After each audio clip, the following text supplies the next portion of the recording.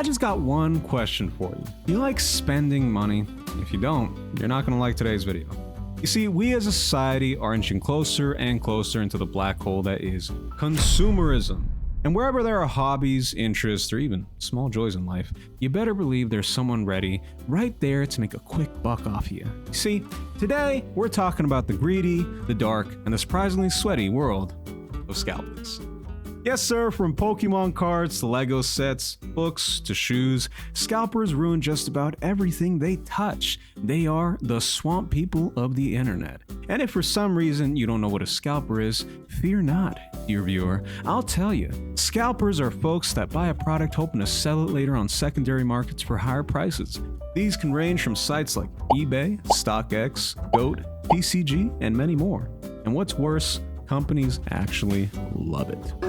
No, what? The billion-dollar companies actually want you to spend more money and completely inflate their products? Yeah, come on, man. It's not really even a surprise. It's true, yes, companies like Nike, Lego, even Magic the Gathering, love making limited time drops or special serialized cards and Lego sets. If it gets your wallet out faster, trust, they'll give it a go. Yes, it is indeed a sad time that we live in, especially considering the fact that as we get older, our kids aren't going to be able to enjoy the same things that we did anymore. They're all getting, what's the word? Phased out, I guess you could say. Becoming an issue because there's not really anybody that can afford the things that we like. Want to go out and buy your kid or nephew a new toy? Maybe get him into something you loved as a kid. Good luck. You're competing with 20, 30-year-olds who camped out the store all night. Maybe try online. Too late. Local 16-year-old has 40 bots and hasn't seen the sun since the launch of the PS5. As a matter of fact, actually, talking about young scalpers, in 2025, a 19-year-old scalper in the UK told Vice, "I drive a Mercedes-Benz. I buy my girlfriend expensive stuff, and I only work 3 times a week." Quite the entrepreneurial young man.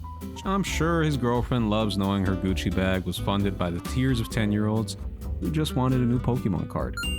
See, in 2018, music artists like Ed Sheeran and the Arctic Monkeys campaigned the UK government to make using bots to buy online tickets illegal. Isn't that wild? World governments are getting in on this to step in. That's insane to me. If you're a big football fan over here in the States, Super Bowl tickets broke record highs by costing $3,000 to $6,000 on secondary markets. Good lord, there's gotta be an end to all this. It just sucks because there really is none, right? I mean, damn, dude, the PS5 nearly hit $1,000 now, and that's not even the scalpers' faults. That's literally just corporations upping their prices. It's ridiculous. But sadly, there really isn't an issue. You'd think Nike or Lego would want you to have the product, right? No, that's not the problem. That's wrong, because they love this artificial scarcity. This idea that, it's all running out. FOMO, like there's not enough. You see, if Nike were to sell their shoes for $2,000, well, we wouldn't buy them. But if they sell them for $200 and the scalpers flip them for $2,000, hey, it's the scalpers' problem. That's just good marketing. So, how on earth did it get this bad? Well, remember the age of we were all stuck inside, influencers and celebrities starting posting about their collections, cracking open some packs, and suddenly everyone was a collector. Then came the stimulus checks, and people started spending frivolously on toys, games, and hobbies, and we were using those stimmy checks to make it rain, right? Childhood games became long-term investments instead of just regular hobbies and things to enjoy. Your mom didn't throw out your Pokemon cards, right? She threw away a retirement fund. And the scalpers, well, they were just foaming at the mouth to get to it. Oh boy. But there is hope. People are fighting back, taking the Pokemon cards back. We're seeing forums and communities banding together to stop the swamp people because at the end of the day, hobby shouldn't require a Mercedes-Benz or a bot farm to enjoy. A hobby should just be a hobby. This has led to the everyman fighting back. We're seeing people fighting in parking lots and fighting in front of vending machines at Costco, and it's just a lot of fighting. It's a lot of fist fighting.